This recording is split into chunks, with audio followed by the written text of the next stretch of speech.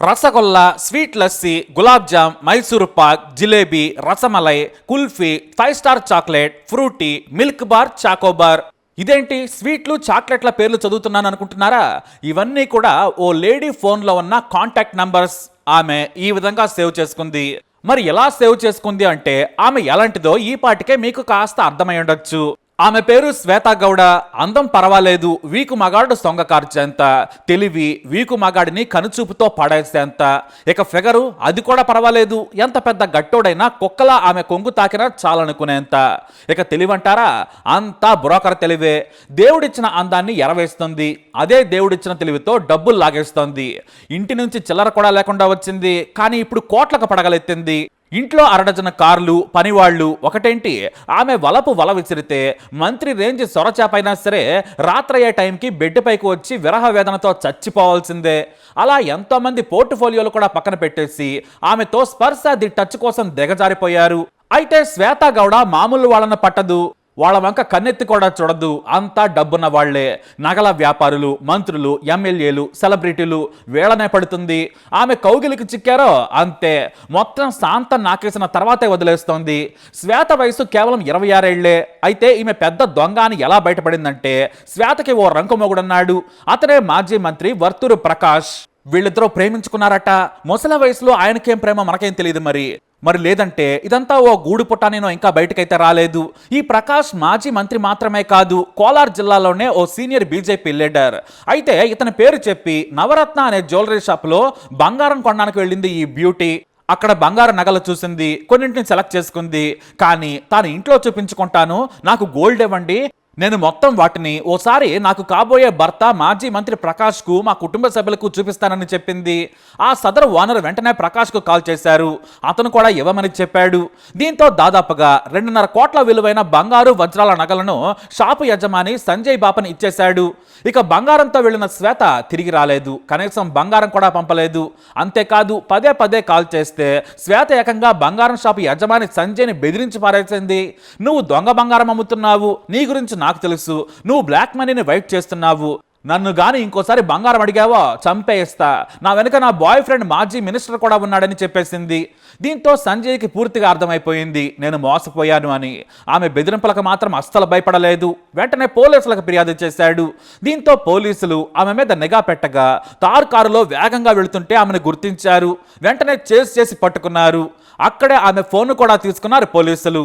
అంతేకాదు ఆ తర్వాత తేలింది ఏంటంటే, ఆ తార్ కారును గిఫ్ట్గా ఇచ్చింది కూడా మన మాజీ మంత్రి అని తేలింది.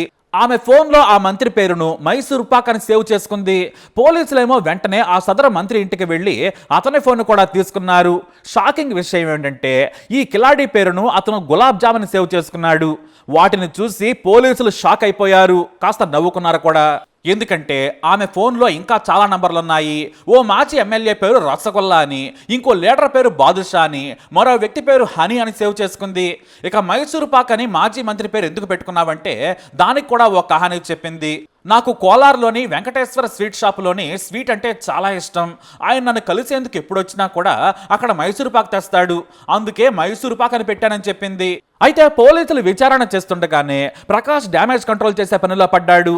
వేగంగా వెళ్ళి 12 లక్షలు అలాగే 10 తులాల బంగారాన్ని షాపు యజమానికి ఇచ్చాడు. కానీ మీరు తెచ్చింది కొసరే, డైమండ్ నెక్లెస్లు కూడా ఉన్నాయి, వాటిని తెచ్చేవన్నాడు యజమాని. కానీ శ్వేతా గౌడ మాత్రం ఎంత జరిగినా అస్సలు ఇవ్వడం లేదు. అయితే ఈ శ్వేతని ఏకంగా రెండో పెళ్లి చేసుకుందాం అనుకున్నాడట ఈ ప్రకాష్. ఏసీపీ ఈ కిలాడి శ్వేత గురించి విచారణ చేస్తూ ఉన్నారు. కానీ మంత్రి గారు మాత్రం శ్వేతను బ్రతిమలాడుకుంటున్నారు. పోలీసులు అరెస్ట్ చేస్తే తన పొలిటికల్ కెరీర్ నాశనం అవుతుందని మీడియా ముందుకు వచ్చేశాడు ప్రకాష్. నాకు శ్వేత ఫ్రాడ్ అని తెలియదు, పెళ్లి చేసుకుందాం అనుకున్నాను, ఇలా మోసగాత్తే అని తెలిస్తే నేను ఇలా చేసేవాడిని కాదు, పోలీసులకు నేనే వచ్చి స్టేట్మెంట్ ఇస్తానని మీడియా ముందుకు వచ్చేసి బుకాయించేశాడు. అయితే శ్వేత రాసలీలలకు ఎంతో మంది నాయకులు బలైనట్లు తెలుస్తుంది. ఈ శ్వేతకు పెళ్ళైంది, ఆమె భర్తతో కలిసి పెద్ద మోసాలకు తెరలేపింది. ముందు శృంగారం ఎరగా వేసి పీల్చి పిప్పి చేసి పారేస్తుంది. తాజాగా మాజీ ఎంపీ డీకే సురేష్ పేరు తెరపైకి వచ్చింది. ఆర్ఆర్ నగర్కు చెందిన వనిత అనే యువతతో స్నేహం ఏర్పరచుకుంది. ఆమె షాపులో చాలాసార్లు బంగారు నగల కొంది, అప్పు చేసి మరీ కొనేది, కానీ ప్రాంప్ట్గా చెల్లించింది. ఆ క్రమంలో తాను మాజీ ఎంపీ డీకే సురేష్ చెల్లినని పరిచయం చేసుకుంది. ఇక ఒంటి నిండా నగలు ఖరీదైన కారులో వస్తుంటే ఆమె నిజమేననుకున్నారు.